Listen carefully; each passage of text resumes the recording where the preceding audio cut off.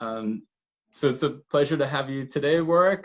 You've given us a lot to think with. You've written an account of early attempts at epidemic philosophy by some of these celebrity European philosophers who are very quick to kind of weigh in. And maybe an opening broad question, in addition to giving us some background about how this piece fits within your broader work and sort of how you might historicize the pandemic in terms of broader histories of ideas related to ecology.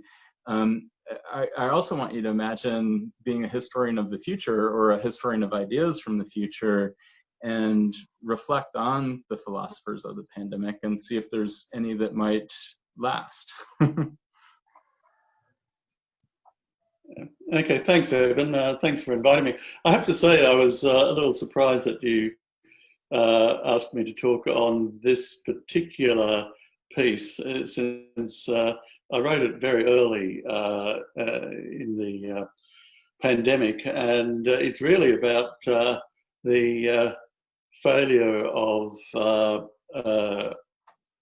various celebrity white elderly European philosophers to engage with the particularity of the pandemic, and at the same time as the piece itself does not engage with the particularity of the pandemic. So, in more recent work, I've tried to be more engaged with what has been happening, the distinctiveness, in a sense, of this particular epidemic and predicament. But what I wanted to do, I was driven to do in this piece, was really point to the sense of entitlement that certain elderly white male European philosophers seem to have, that they were able just to, in a sense, apply their theories in a meaningful way to this new epidemic, and that everyone should heed them. And I didn't particularly like that for perhaps obvious reasons. But it wasn't so much what they were saying, and I think, referred sympathetically to all of them in my past work for various reasons. It wasn't so much that I was irritated by what they were saying, but just the sense of entitlement that they seemed to be displaying. That was the concern I had. Maybe I was actually very irritated by Agamben, anyhow, his initial quite understandable denial. Now, all of this is understandable in the sense that we all want to say something meaningful and helpful, perhaps, about the current predicament, what is happening. We want to do something that is going to be useful. And so, of course, you often go to your back files and just find something and say, oh, well, it's just like this. And that was, it's an understandable impulse, but it was one which I didn't really want to endorse. So, as I say, I had some sympathy with many of them, in particular with Latour. I think Latour got it completely wrong, but he could have been right in another setting. I mean, what he said about the importance of an ecological understanding of disease emergence is certainly true.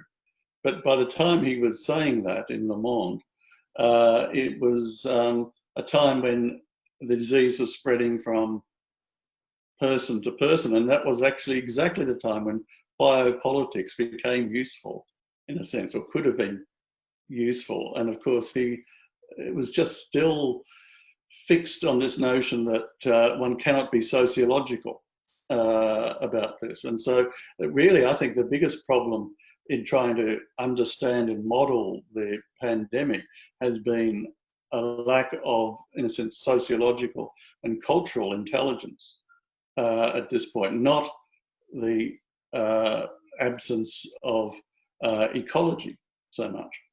That was really important. It is still important to understand its emergence, but when we're trying to understand, the spread of the disease now from person to person, we need, contra Latour, we need more sociology, not less. We need more biopolitics and not less.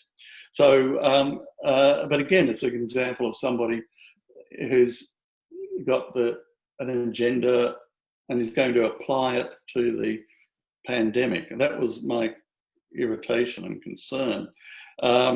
It's seeing how disease illustrates our theories rather than how must we adapt and change our theories in response to the disease. And I think this applies also to multi-species studies as well. That it's not just saying, well, we have this repertoire in multi-species studies, let's apply it to the pandemic. I think I may be wrong about this, I think that as an outsider, there seems to be hesitation in saying, well, how does this pandemic make us rethink our ideas about multi-species studies, our framework? And that's what I was really hoping to achieve through this brief piece.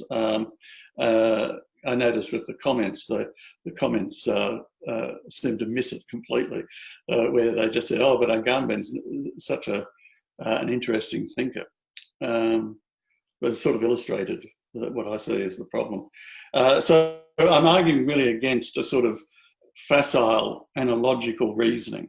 And this is, I'm old enough to have seen this with AIDS as well, in the sense that everyone wanted to say, well, AIDS is just like X disease, Y disease, Z disease, which is a disease I've worked on.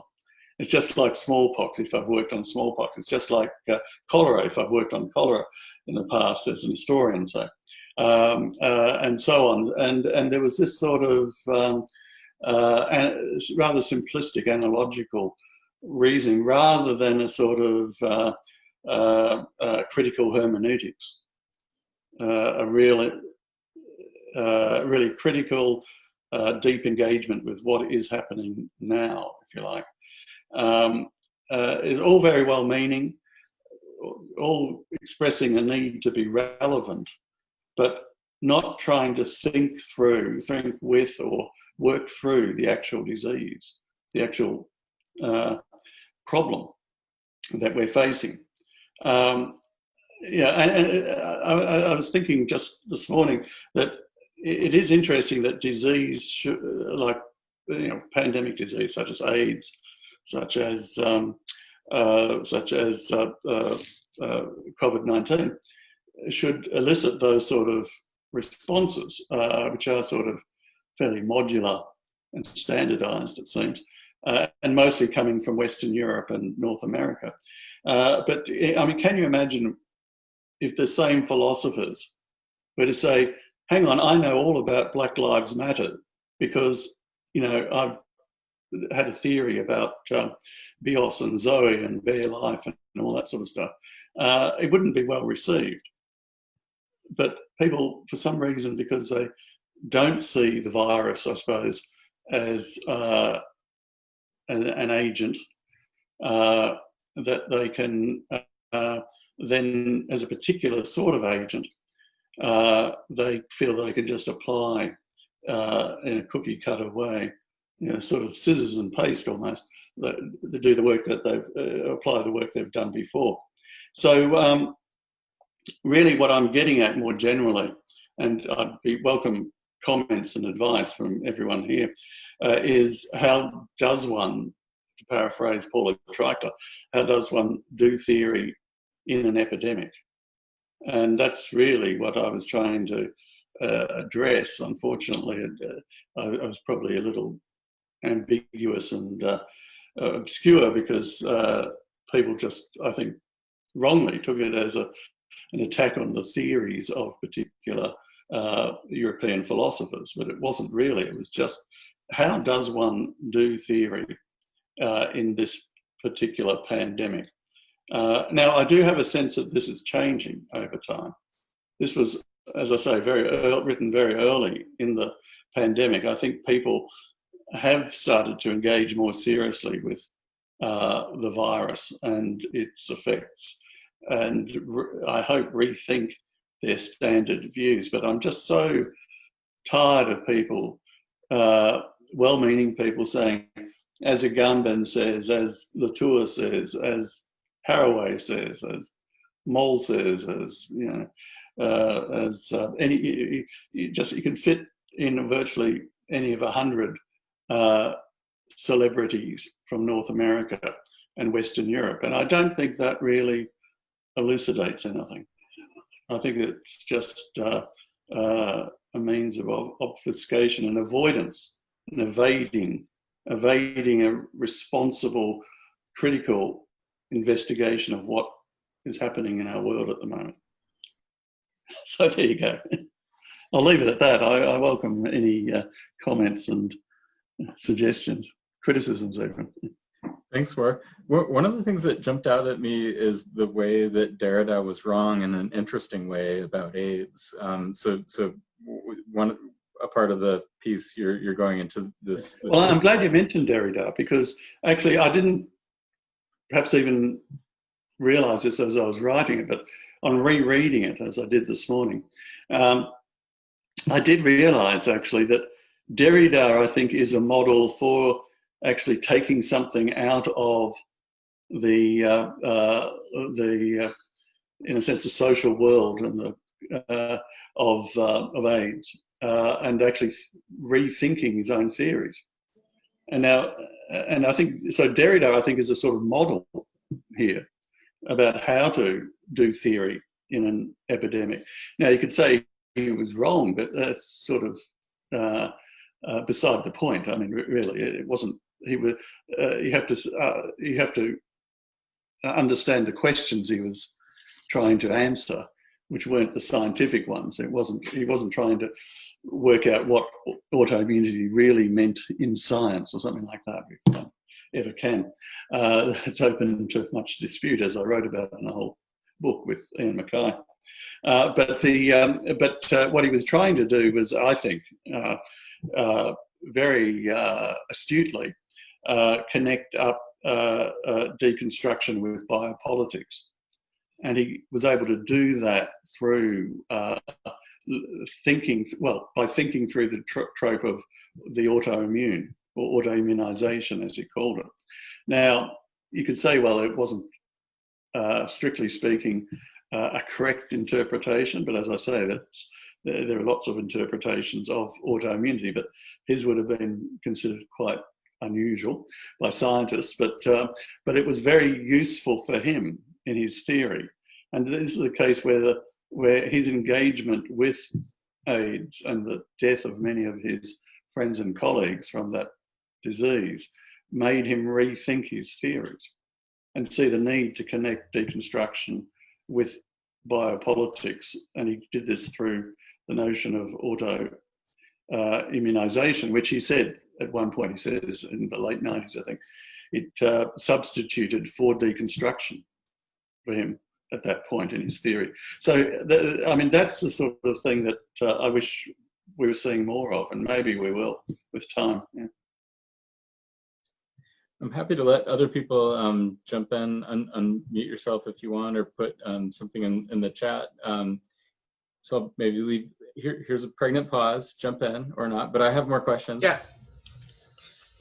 Warwick, so I would be interested to know if you have had any conversations in Australia with people like Paul Griffiths and other philosophers of science, some of them philosophers of biology, about the pandemic. And if you have, what has been the sort of themes or subjects that you have been dealing with them? Well, yes, Paul has I would have more conversations if we weren't told to work from home, but Paul's a good friend and his office is next to mine in the Charles Perkins Centre.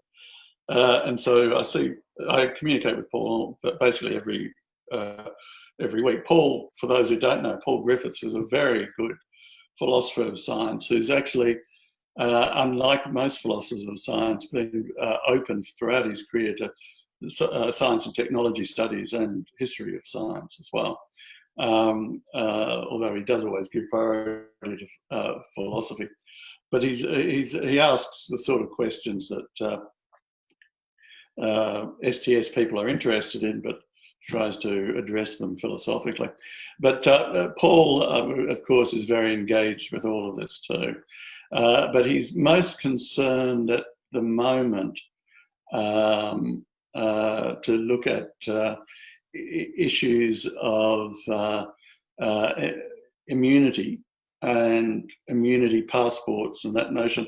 And so he's, at the moment, I've been talking with him just the last few days about, he's concerned to understand, he wants to understand the science of immunity to SARS-CoV-2 and see how that would shape these philosophical or ethical discussions.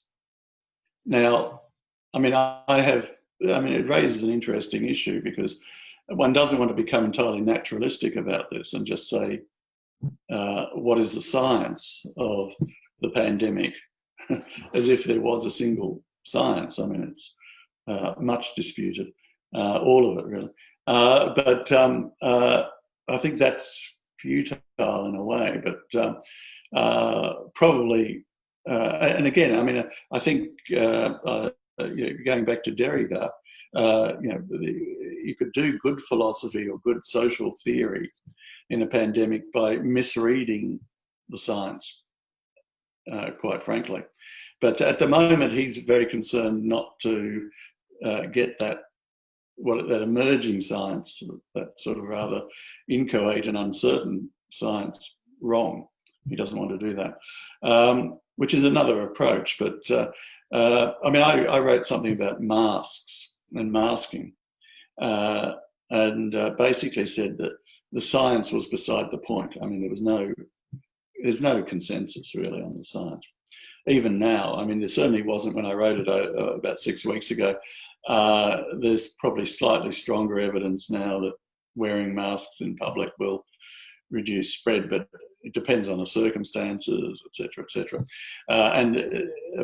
But people, the social life of masks really doesn't depend on the science, as one can see especially in the United States.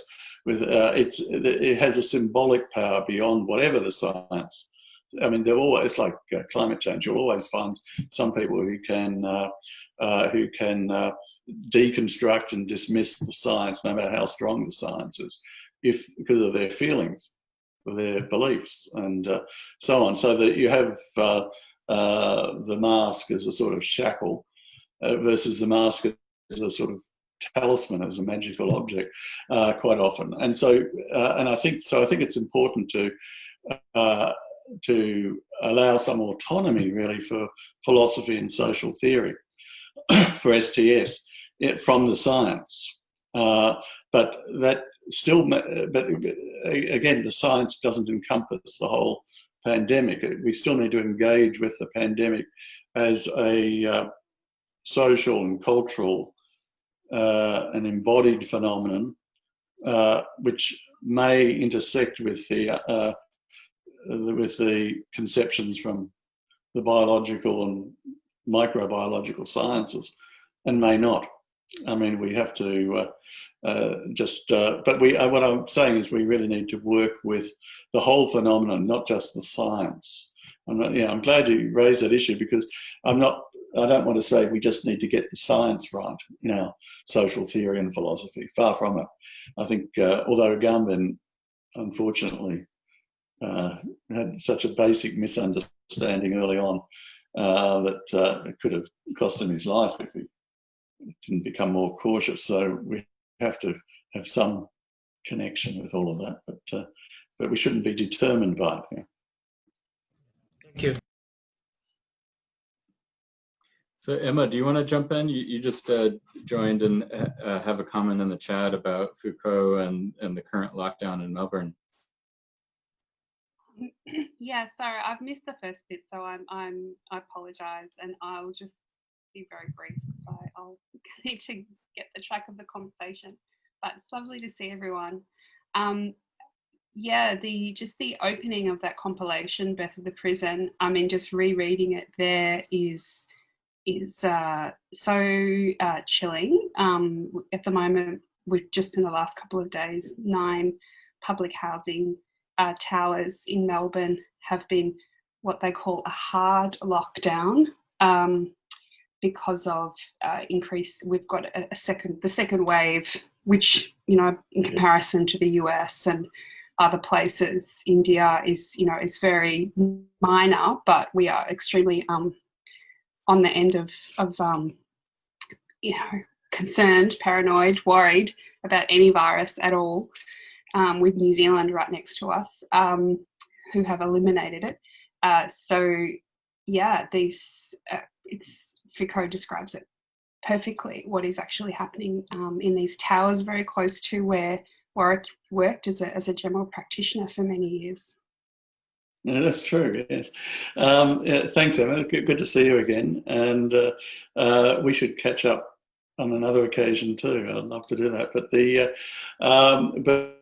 it is actually, thanks for reminding me about that, because I do think of this every hour at the moment, of course, because a number of those people who are locked they're actually locked in these tower blocks and not allowed out of their tower blocks. It's not clear whether they're allowed out of their particular apartments. I don't think they are supposed to be out of them anyhow. And this could go on for weeks, and so people are having to supply them with food and so on. It's the large parts of the world have experienced this, but it's new to Australia. But a number of them were patients of mine when I was a general practitioner in Kensington Community Health Centre. Most of my patients were from the Horn of Africa, and a number of them are in these apartment buildings. But so it is very serious. But I disagree with you. I mean, you missed the beginning when I was sort of saying that I find a sort of this analogical argument, especially with reference to European males. I find that sort of not helpful in a way. There are some vivid, as you say, some vivid points of contact with what's going on now. But I was saying really that I think it's important for us to rethink biopolitics, rethink Foucault in relation to what is happening in Melbourne, for example, or anywhere else in the world really at the moment. But not to abandon Foucault or abandon Agamben or anyone else, but just to rethink some of their insights and philosophies in relation to the phenomenon we experience, rather than just say, Foucault told us everything we need to know about this. And so I think it's important to not just to have this analogy made, but we need to, I think, work out how our theories, our social theories and philosophies can respond sensitively and meaningfully to our current predicament, which is not one that Foucault ever faced. So that's what I would say. Yeah, I think that the whole piece went down. It went downhill after the Foucault excerpt, I think. Yes. Yeah, no, Foucault is an oldie but a goodie. I mean, Foucault is so important to my intellectual formation that, of course, I don't even refer to him now, but he shapes everything I write. That's certainly true, but I wouldn't say that and early in my career, I would actually say, well, Foucault told us about this, etc. But of course, he didn't tell us about this, really. He didn't tell us about anything except maybe the penitentiary, and whenever he was writing about the penitentiary, the panopticon and so on. But I think I mean, these theories are useful to think with. We have to, it is our responsibility. Now, Astrid asked about responsibility of academics, and I think that's that's a very good word, actually, because response, it includes the word response. It is our responsibility. We have to be responding to what people are going through now, rather than clutching at analogies to what social theorists or philosophers or multi-species experts have said in the past, if I may be provocative. Yeah. That's and good. so I think this is do you want to jump in? I am talking about responsibility, absolutely. I don't know whether that's what Astrid meant when she put in that that question, but I think it's actually responsibility is exactly the right word. Yeah. Yeah, can I jump in?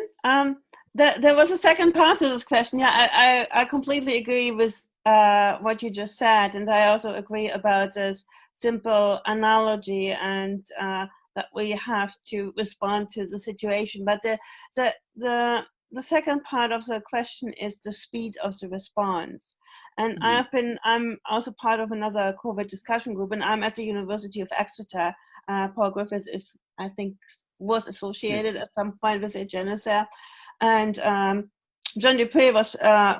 Evan invited him to this group too, and in that group we had a discussion about responsibility of academics, how quickly we need to respond, and some of the what I would call unfortunate statements by Agamben that happened in February this year have a lot to do with this apparent need to come out very, very quickly with, that's me, I have to say something about it. And this is happening, this has been happening among my colleagues too. Everybody now has holding up their piece, their opinion, that's me, I have responded, and I haven't yet. And I almost feel guilty. I feel like, okay. And there is also this need for social scientists, especially STS people, to say something really quickly, because it is get pitched in the media, only the scientists have something to say. Social scientists don't really have anything to say about it. And therefore we need to respond even faster.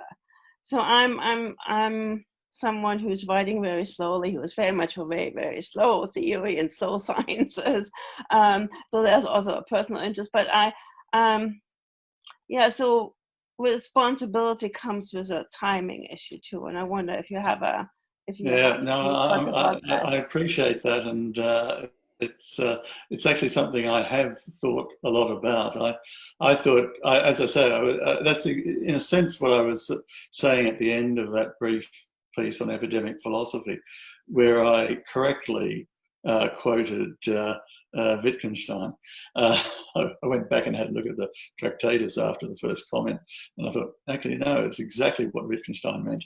But I think that we do need to keep silent until we are sure we have something worth saying that is relevant and responsible. I wasn't going to write anything more, and perhaps foolishly, I did write something about Bondi Beach, not on the beach, but about the beach, and also about masking. And I'm committed to writing a few other things, which I regret now, of course. But I do so reluctantly, because I think you're absolutely right. Timing is crucial. We do have, as I said earlier, all of us want to contribute something to getting us through this terrible predicament, or at least to understand this predicament that we're in, this problem, this pandemic. We all want to do that, and of course we turn to our own work and say, well, maybe it's just like this other work I've done in the past. But of course it's not. In a sense, I'm actually, it's rather heretical saying this I'm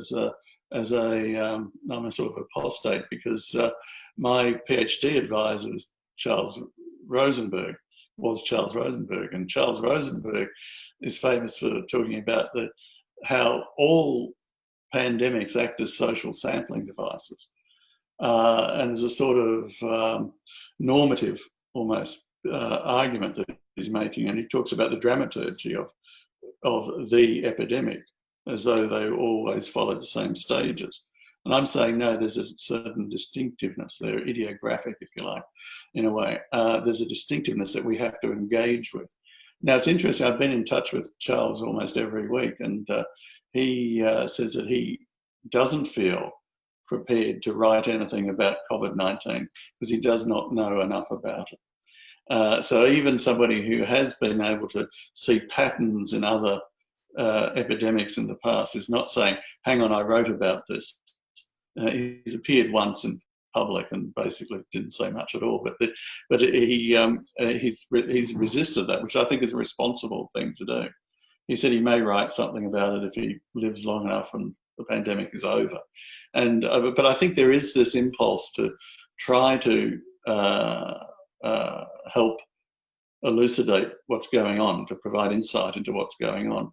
But I think you are right that some of us should be more resistant to that and more reflective and think, that it's not because the default is saying, is this analogical reasoning? You've done the work on some other epidemic or some other issue, and you say, well, it's just the same here, or this illuminates what's happening now. Well, it can to an extent, but only to the extent that it actually really engages with another word that I like that you use then, situation. We need to think about the situation that we're in now, and this situation is has some features akin to earlier situations, but it is also unique, singular, and it's our responsibility to understand that singularity, I think. So if nobody else wants to jump in, I'll take the bait on the multi-species studies question. Oh, good. I think myself. I think Soraya wants to say something. Oh. Go ahead, Soraya. No, definitely, you go ahead. But can you tell me how it works to speak? Should one talk into put a question there and then you pick them up, or shall one just sort of wave and then Either way, although I can't see I've got it set up so that I just see the speaker, so I don't see hands waving. I only see things in the group chat. So either unmute yourself or put something in the group chat. But yeah, you can just start speaking. No, now it's your turn. Definitely, please. Okay, so I've unmuted myself. So yeah, I think early in the pandemic, many folks were looking to, like Celia Lowe's work, to make sense of this and the ways that what we saw with H1N1 influenza was some dramatic reassortment events and kind of recent histories of science that have looked at co-infections of multiple viruses in a single cell as an opportunity for multi-species recombination of different viral strains, leading to a dramatic emergence event. As I drill down and learn more about RNA viruses and coronaviruses in particular, I'm realizing that this particular virus doesn't have chromosomes. So it's much less easy for those dramatic recombination events like we see with other viruses that do have chromosomes. For me, the jury is still out as to whether the story of the emergence of this pandemic is a multi-species story or an interspecies story. I'm not at all convinced by any of the rhetoric about the US military introducing it to China, or this being a bioengineered weapon, or even probably an escaped laboratory strain. If it were an escaped laboratory strain, we would have a reference genome on file that's a better match.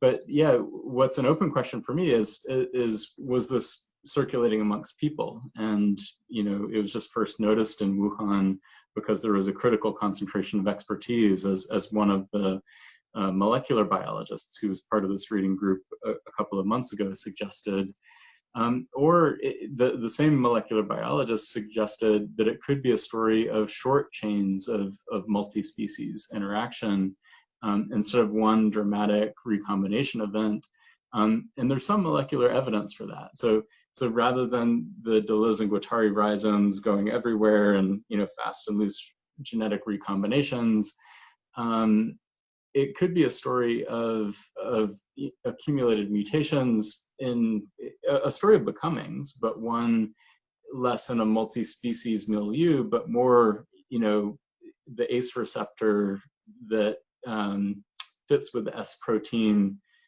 fairly well with the human, but maybe there's another ACE2 receptor out there that's a better fit. So basically what we're seeing is something that's novel.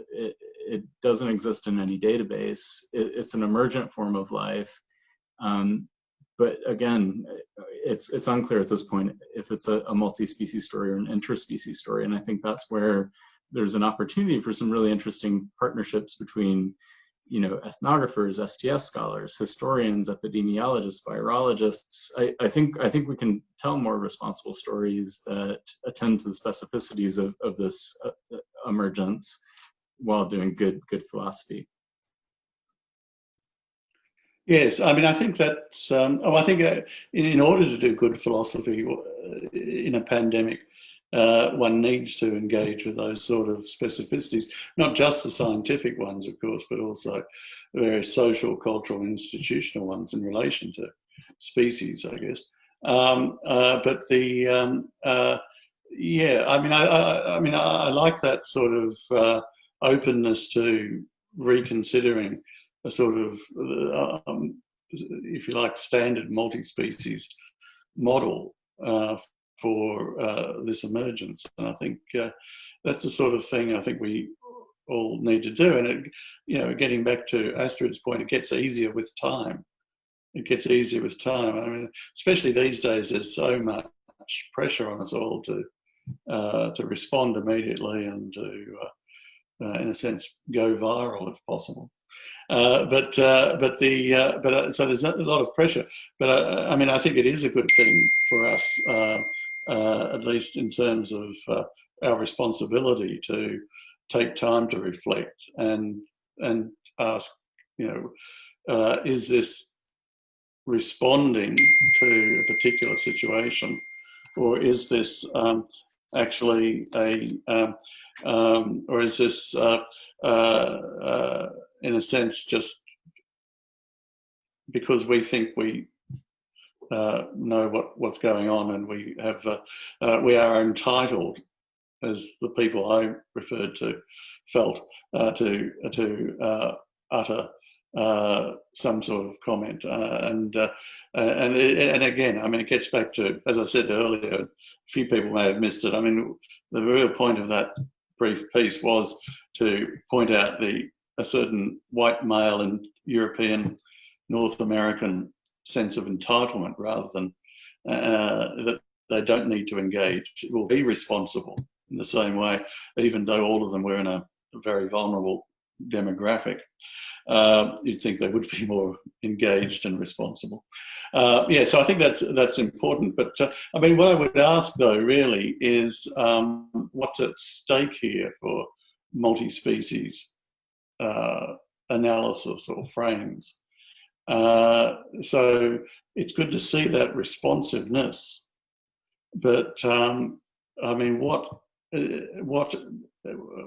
does it matter to frame it in multi-species terms or interspecies terms? What is at stake in this particular pandemic, in this situation? What is at stake? Soraya, do you want to jump in? Yeah, I am a little intrigued about this story, when to intervene, and so I mean, I think there are two ways to intervene, right? So if you have a theory and says, okay, and then you just use what's going on to instantiate your theory, that may not be so convincing. But I mean, we all follow what's going on and how this is presented in all kinds of media and so on. And then, I mean, our intervention can also just come as a response to that. For instance, when we see that the conversation is going in one direction, and then we can say, yes, but wait, right? And so, I mean, if we don't intervene, at the moment, then then we don't help shaping that debate, right? So why want we to?